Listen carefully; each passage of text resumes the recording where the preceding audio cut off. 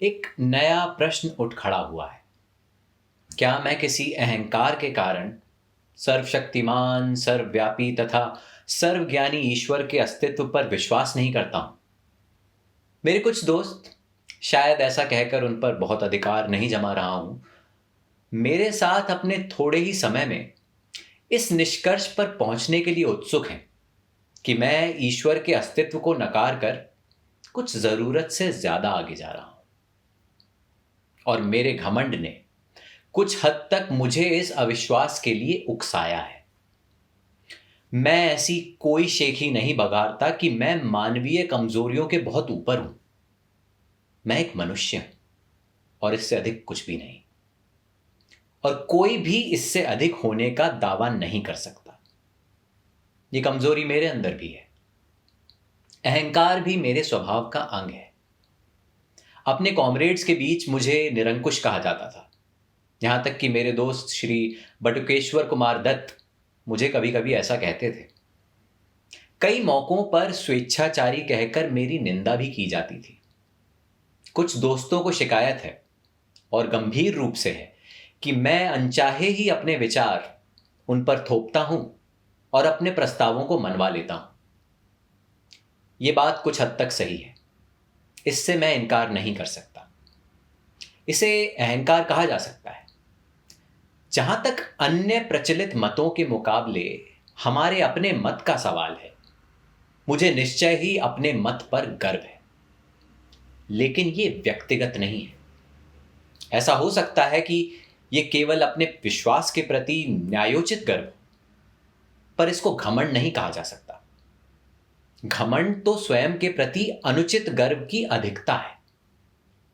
क्या यह अनुचित गर्व है जो मुझे नास्तिकता की ओर ले गया?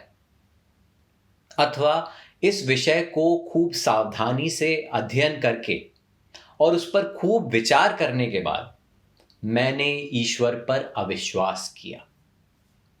मैं ये समझने में पूरी तरह से असफल रहा हूं कि अनुचित गर्व से या वृथाभिमान से किस तरह किसी व्यक्ति के ईश्वर में विश्वास करने के रास्ते में रोड़ा आ सकता है। किसी वास्तव में महान व्यक्ति को मैं महानता ना दूं, यह तभी हो सकता है जब मुझे में भी थोड़ा ऐसा यश प्राप्त हो गया हो जिसके या तो मैं योग्य नहीं हूं, या मेरे अंदर वो गुण नहीं है जो इसके लिए आवश्यक है। यहां तक तो समझ में आता है, लेकिन यह कैसे हो सकता है कि एक व्यक्ति जो ईश्वर में विश्वास रखता हो, सहसा अपने व्यक्तिगत अहंकार के कारण उसमें विश्वास करना बंद कर दे? दो ही रास्ते हैं। या तो मनुष्य अपने को ईश्वर का प्रतिद्वंद्वी समझने लगे, या स्वयं को ही ईश्वर मानना शुरू कर दे। इन दोनों ही अवस्थाओं में वो सच्चा नास्तिक नहीं बन सकता। पहली अवस्था में तो वो अपने प्रतिद्वंद्वी के अस्तित्व को नकारता ही नहीं है, मतलब वो है। और दूसरी अवस्था में वो एक ऐसी चेतना के अस्तित्व को मानता है जो पर्दे के पीछे से प्रकृति के सभी गतिविधियों का संचालन करती है। मैं तो उस सर्वशक्तिमान परमात्मा के अस्तित्व से ही इनकार करता हूं। यह अहंकार नहीं है जिसने मुझे नास्तिकता के सिद्धांत को ग्रहण करने के लिए प्रेरित किया है। मैं ना तो एक प्रतिद्वंद्वी हूं, ना ही एक अवतार, और ना ही स्वयं परमात्मा। इस अभियोग को अस्वीकार करने के लिए आइए तथ्यों पर गौर करें। मेरे इन दोस्तों के अनुसार दिल्ली बम केस और लाहौर षड्यंत्र केस के दौरान मुझे जो अनावश्यक यश मिला, शायद उसी कारण मैं वृथाभिमानी हो गया हूं। मेरा नास्तिकतावाद कोई अभी हाल की उत्पत्ति नहीं है। मैंने तो ईश्वर पर विश्वास करना तब छोड़ दिया था जब मैं एक अप्रसिद्ध नौजवान था। कम से कम एक कॉलेज का विद्यार्थी तो ऐसे किसी अनुचित अहंकार को नहीं पाल पोस सकता जो उसे नास्तिकता की ओर ले जाए। यद्यपि मैं कुछ अध्यापकों को चाहता था तथा कुछ अन्य को मैं पसंद नहीं आता था, पर मैं कभी भी बहुत मेहनती अथवा पढ़ाकू विद्यार्थी नहीं रहा। अहंकार जैसी भावना में फंसने का कोई मौका ही नहीं मिला।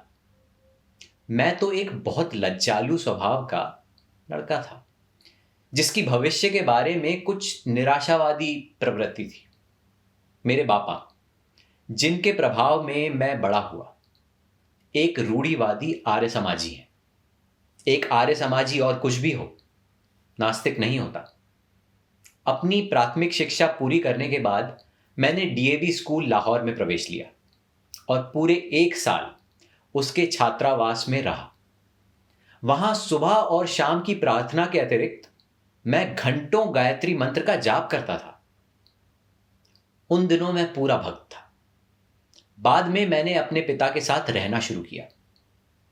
जहां तक धार्मिक रूढ़िवादिता का प्रश्न है, वो एक उदारवादी व्यक्ति हैं। उन्हीं की शिक्षा से मुझे स्वतंत्रता के ध्येय के लिए अपने जीवन को समर्पित करने की प्रेरणा मिली। किंतु वो नास्तिक नहीं है। उनका ईश्वर में दृढ़ विश्वास है। वो मुझे प्रतिदिन पूजा प्रार्थना के लिए प्रोत्साहित करते रहते थे। इस प्रकार से मेरा पालन पोषण हुआ। असहयोग आंदोलन के दिनों में राष्ट्रीय कॉलेज में प्रवेश लिया। यहां आकर ही मैंने सारी धार्मिक समस्याओं, यहां तक कि ईश्वर के अस्तित्व के बारे में उदारतापूर्वक सोचना, विचारना तथा उसकी आलोचना करना शुरू किया। पर अभी भी मैं पक्का आस्तिक था। उस समय तक मैं अपने लंबे बाल रखता था।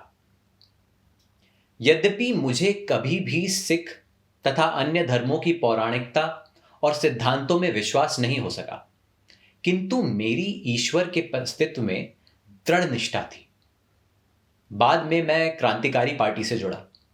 वहां जिस नेता से पहले मेरा संपर्क हुआ, वो पक्का विश्वास ना होते हुए भी ईश्वर के अस्तित्व को नकारने का साहस ही नहीं रख सकते थे। ईश्वर के बारे में मेरे हठपूर्वक पूछते रहने पर वो कहते, जब इच्छा हो तब पूजा कर लिया करो। ये नास्तिकता है जिसमें साहस का अभाव है। दूसरे नेता जिनके मैं संपर्क में आया, पक्के श्रद्धालु आदरणीय कॉमरेड शचींद्र नाथ सान्याल, आजकल काकोरी षड्यंत्र केस के सिलसिले में आजीवन कारावास भोग रहे हैं। उनकी पुस्तक बंदी जीवन ईश्वर की महिमा का जोर शोर से गान है। उन्होंने उसमें ईश्वर के ऊपर प्रशंसा के पुष्प रहस्यात्मक वेदांत के कारण बरसाए हैं। 28 जनवरी 1925 को पूरे भारत में जो द रिवॉल्यूशनरी पर्चा बांटा गया था, वो उन्हीं के बौद्धिक श्रम का परिणाम है। उसमें सर्वशक्तिमान और उसकी लीला एवं कार्यों की प्रशंसा की गई है। मेरा ईश्वर के प्रति अविश्वास का भाव क्रांतिकारी दल में भी प्रस्फुटित नहीं हुआ था। काकोरी के सभी 4 शहीदों ने अपने अंतिम दिन भजन प्रार्थना में गुजारे थे। राम प्रसाद बिस्मिल एक रूढ़िवादी आर्य समाजी थे। समाजवाद तथा साम्यवाद में अपने वृहद अध्ययन के बावजूद राजेन लाहिरी उपनिषद एवं गीता के श्लोकों के उच्चारण की अपनी अभिलाषा को दबा न सके। मैंने उन सब में सिर्फ एक ही व्यक्ति को देखा जो कभी प्रार्थना नहीं करता था और कहता था, दर्शन शास्त्र मनुष्य की दुर्बलता अथवा ज्ञान के सीमित होने के कारण उत्पन्न होता है। वो भी आजीवन निर्वासन की सजा भोग रहा है, परंतु उसने ईश्वर के अस्तित्व को निकारने की कभी हिम्मत नहीं की। इस समय तक मैं केवल एक रोमांटिक आदर्शवादी क्रांतिकारी था। अब तक हम दूसरों का अनुसरण करते थे। अब अपने कंधों पर जिम्मेदारी उठाने का समय आया था। ये मेरे क्रांतिकारी जीवन का एक निर्णायक बिंदु था। अध्ययन की पुकार मेरे मन के गलियारों में गूंज रही थी। विरोधियों द्वारा रखे गए तर्कों का सामना करने योग्य बनने के लिए अध्ययन करो। अपने मत के पक्ष में तर्क देने के लिए सक्षम होने के वास्ते पढ़ो। मैंने पढ़ना शुरू कर दिया। इससे मेरे पुराने विचार और विश्वास अद्भुत रूप से परिष्कृत हुए। रोमांस की जगह गंभीर विचारों ने ले ली। ना और अधिक रहस्यवाद, ना ही अंधविश्वास। यथार्थवाद हमारा आधार बना। मुझे विश्व क्रांति के अनेक आदर्शों के बारे में पढ़ने का खूब मौका मिला। मैंने अराजकतावादी नेता बाकुनिन को पढ़ा, कुछ साम्यवाद के पिता मार्क्स को, किंतु अधिक लेनिन, ट्रॉट्स्की और अन्य लोगों को पढ़ा जो अपने देश में सफलतापूर्वक क्रांति लाए थे। ये सभी नास्तिक थे। बाद में मुझे निर्लंब स्वामी की पुस्तक सहज ज्ञान मिली। इसमें रहस्यवादी नास्तिकता थी। 1926 के अंत तक मुझे इस बात का विश्वास हो गया था कि एक सर्वशक्तिमान परमात्मा की बात, जिसने ब्रह्मांड का सृजन, दिग्दर्शन और संचालन किया, एक कोरी बकवास है। मैंने अपने इस अविश्वास को प्रदर्शित किया। मैंने इस विषय पर अपने दोस्तों से बहस की।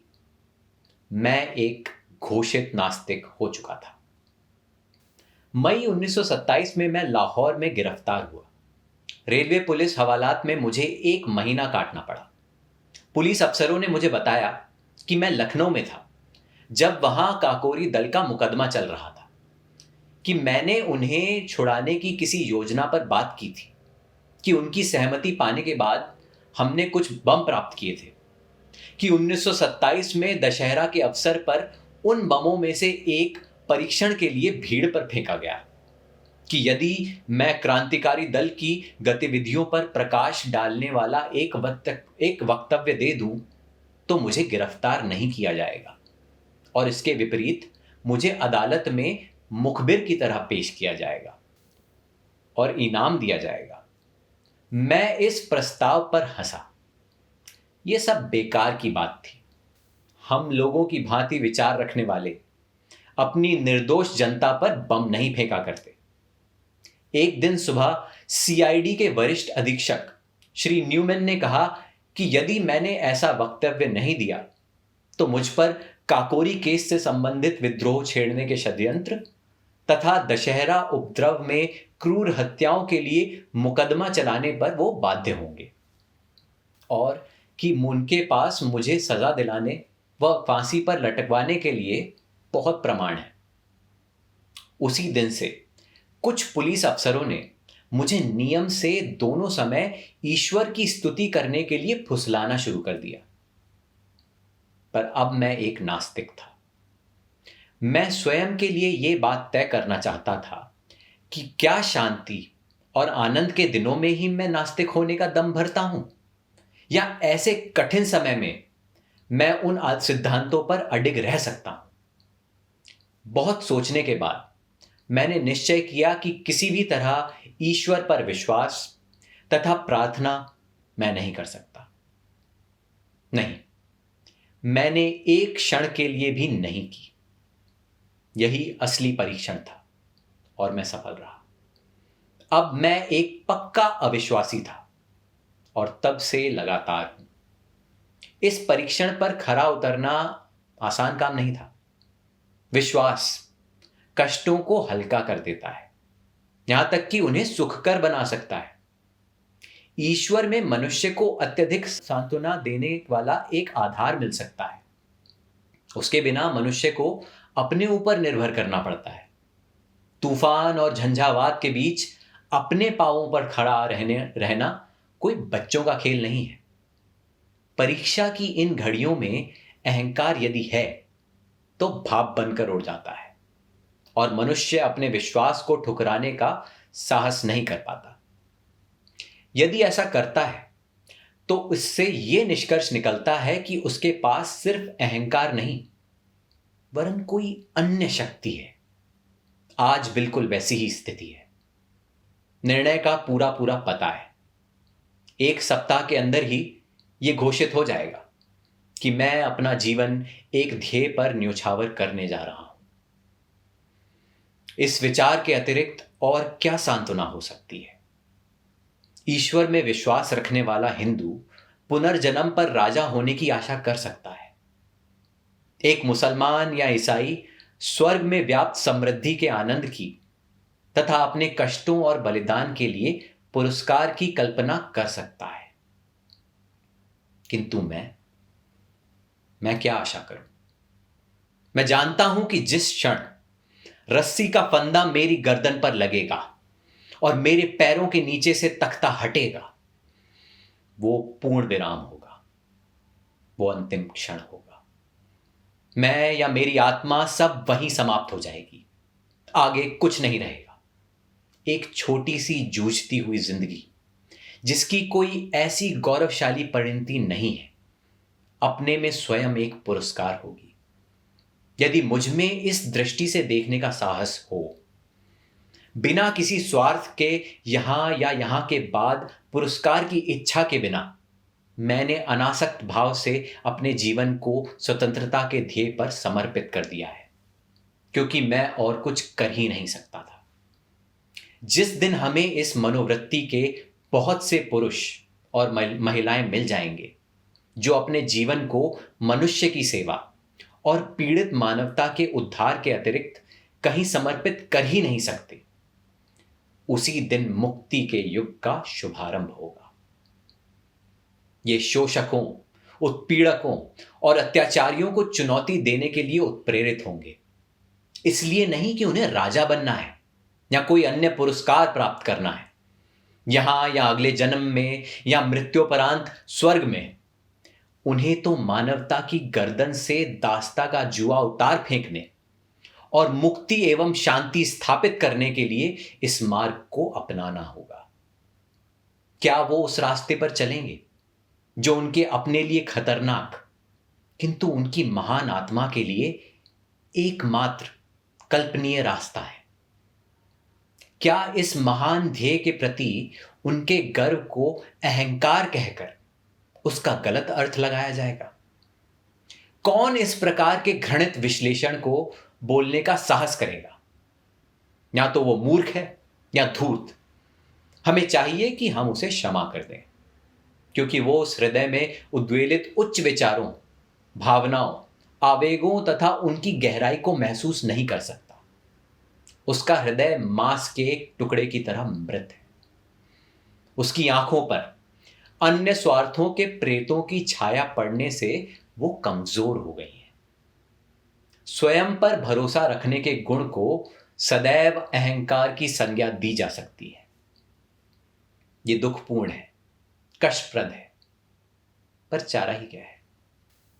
आलोचना और स्वतंत्र विचार एक क्रांतिकारी के दोनों अनिवार्य गुण हैं, क्योंकि हमारे पूर्वजों ने किसी परमात्मा के प्रति अपना विश्वास बना लिया था।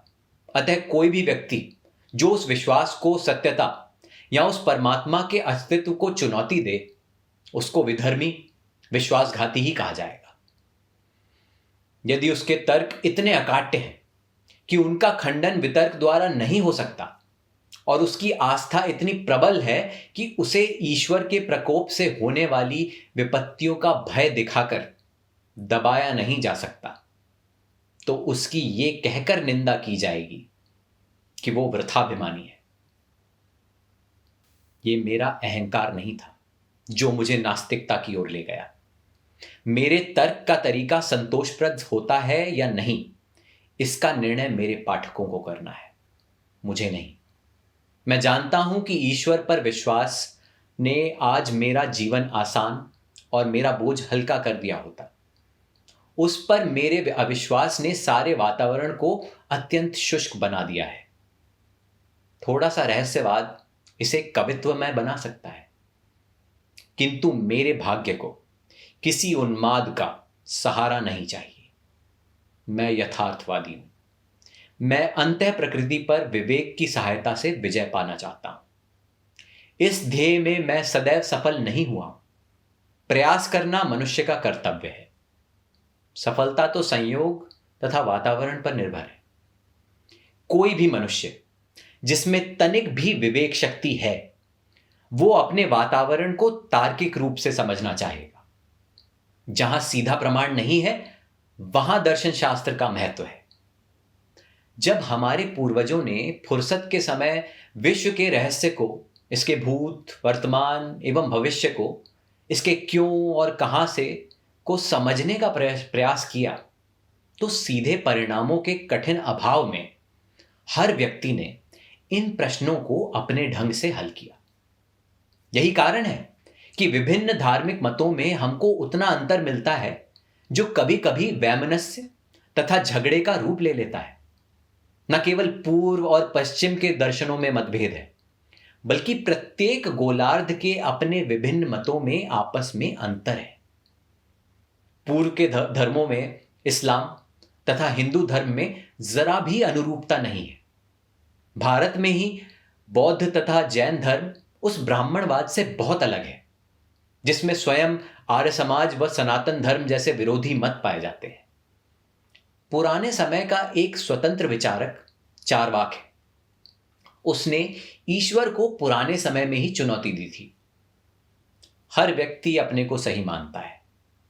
दुर्भाग्य की बात है कि बजाय पुराने विचारकों के अनुभवों तथा विचारों के भविष्य में अज्ञानता के विरुद्ध लड़ाई का आधार बनाने के, हम आलसियों की तरह, जो हम सिद्ध हो चुके हैं, उनके कथन में अविचल एवं संशयहीन विश्वास को चीख पुकार करते रहते हैं और इस प्रकार मानवता के विकास को जड़ बनाने के दोषी हैं।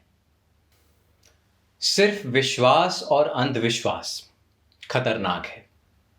ये मस्तिष्क को मूढ़ और मनुष्य को प्रतिक्रियावादी बना देता है। जो मनुष्य अपने को यथार्थवादी होने का दावा करता है, उसे समस्त प्राचीन रूढ़िगत विश्वासों को चुनौती देनी होगी। प्रचलित मतों को तर्क की कसौटी पर कसना होगा। यदि वो तर्क का प्रहार न सह सके तो टुकड़े टुकड़े होकर गिर पड़ेगा। तब नए दर्शन की स्थापना के लिए उनको पूरा धराशायी करके जगह साफ करना और पुराने विश्वासों की कुछ बातों का प्रयोग करके पुनर्निर्माण करना। मैं प्राचीन विश्वासों के ठोसपन पर प्रश्न करने के संबंध में आश्वस्त हूं। मुझे पूरा विश्वास है कि एक चेतन परमात्मा का, जो प्रकृति की गति का दिग्दर्शन एवं संचालन करता है, कोई अस्तित्व नहीं है।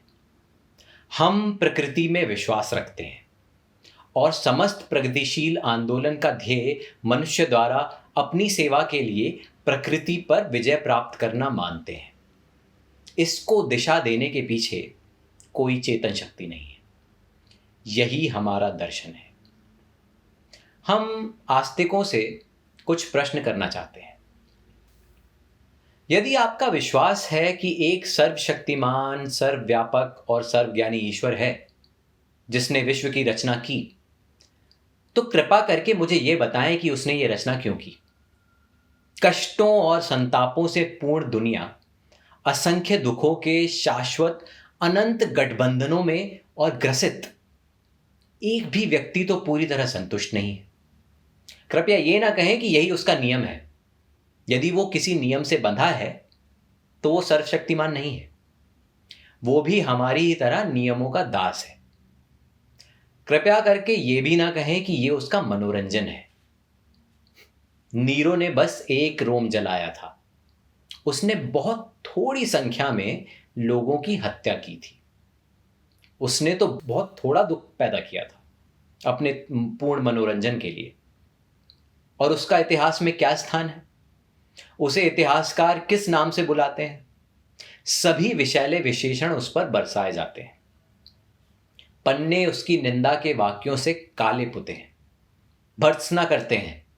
नीरो एक हृदयहीन, निर्दयी, दुष्ट, एक चंगेज खान ने अपने आनंद के लिए कुछ हजार जानें ले ली और आज हम उसके नाम से घृणा करते हैं। तब किस प्रकार तुम अपने ईश्वर को न्यायोचित ठहराते हो? उस शाश्वत नीरो को, जो हर दिन, हर घंटे और हर मिनट असंख्य दुख देता रहता है और अभी भी दे रहा है। फिर तुम कैसे उसके दुष्कर्मों का पक्ष लेने की सोचते हो, जो चंगेज खां से भी प्रत्येक क्षण अधिक है? क्या ये सब बाद में इन निर्दोष कष्ट सहने वालों को पुरस्कार और गलती करने वालों को दंड देने के लिए हो रहा है? ठीक है, ठीक है। तुम कब तक उस व्यक्ति को उचित ठहराते रहोगे जो हमारे शरीर पर घाव करने का साहस इसलिए करता है कि बाद में मुलायम और आरामदायक मलहम लगाएगा? ग्लैडिएटर संस्था के व्यवस्थापक कहाँ तक उचित करते थे कि एक भूखे खूंखार शेर के सामने मनुष्य को फेंक दो कि यदि वो उससे जान बचा लेता है तो उसकी खूब देखभाल की जाएगी। इसलिए मैं पूछता हूं कि उस चेतन परमात्मा ने इस विश्व और उसमें मनुष्यों की रचना क्यों की? आनंद लूटने के लिए?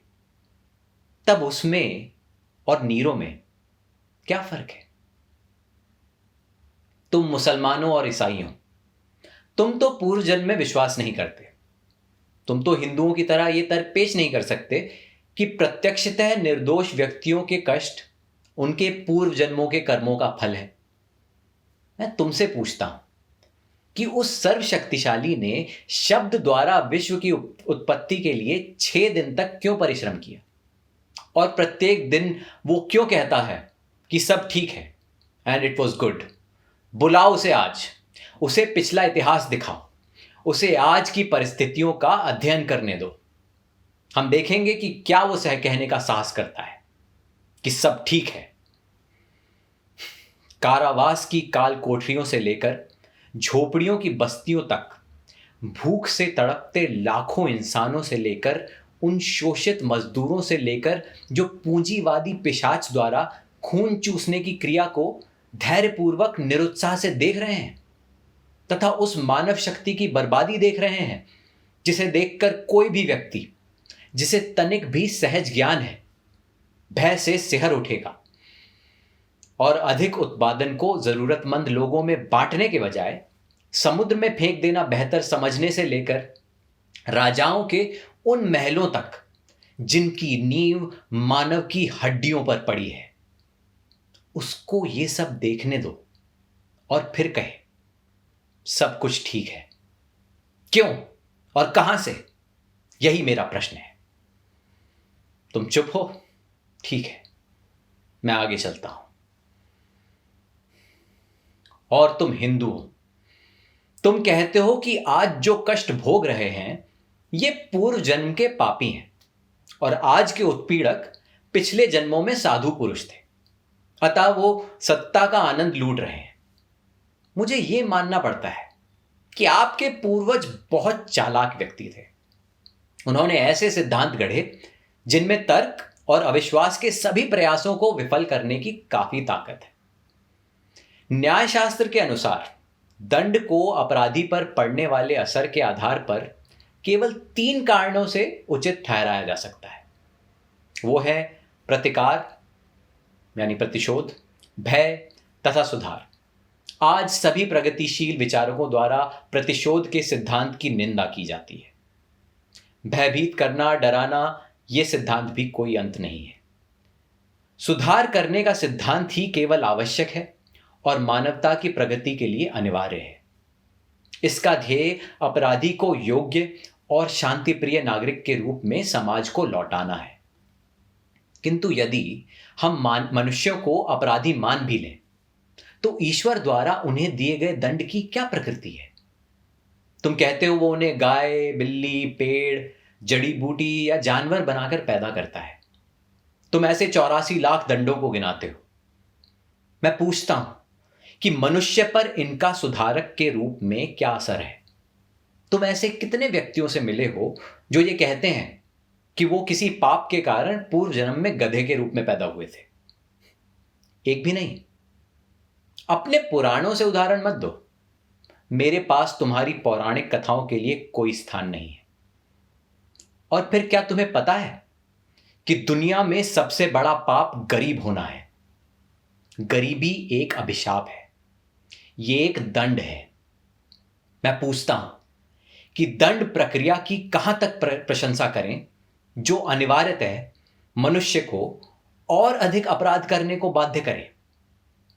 क्या तुम्हारे ईश्वर ने यह नहीं सोचा था, या उसको भी ये सारी बातें मानवता द्वारा अकथनीय कष्टों के झेलने की कीमत पर अनुभव से सीखनी थी?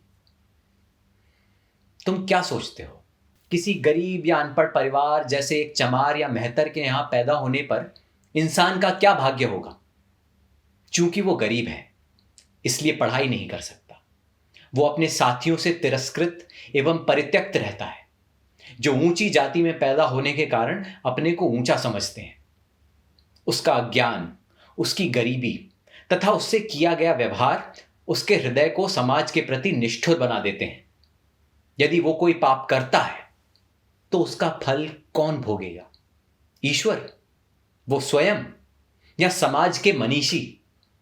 और उन लोगों के दंड के बारे में क्या होगा जिन्हें दंभी ब्राह्मणों ने जानबूझकर अज्ञानी बनाए रखा तथा जिनको तुम्हारी ज्ञान की पवित्र पुस्तकों, वेदों के कुछ वाक्य सुन लेने के कारण कान में पिघले शीशे की धारा सहन करने की सजा भुगतनी पड़ती थी।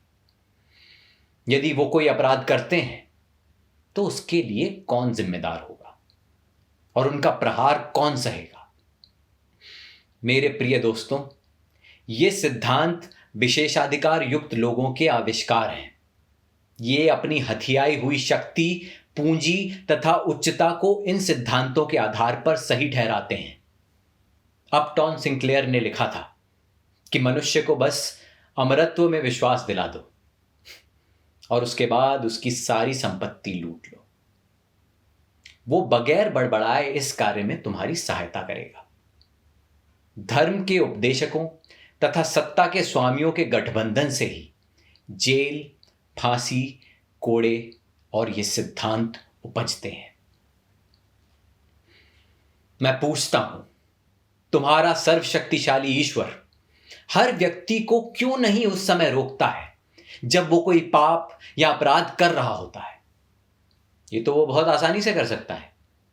उसने क्यों नहीं लड़ाकू राजाओं की लड़ने की उग्रता को समाप्त किया और इस प्रकार विश्व युद्ध द्वारा मानवता पर पड़ने वाली विपत्तियों से उसे बचाया?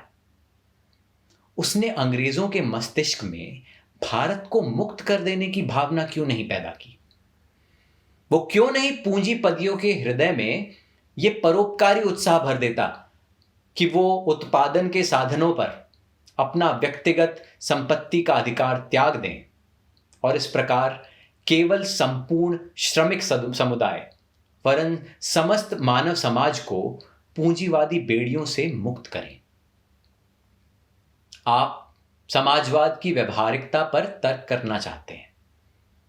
मैं इसे आपके सर्वशक्तिमान पर छोड़ देता हूं कि वो लागू करे।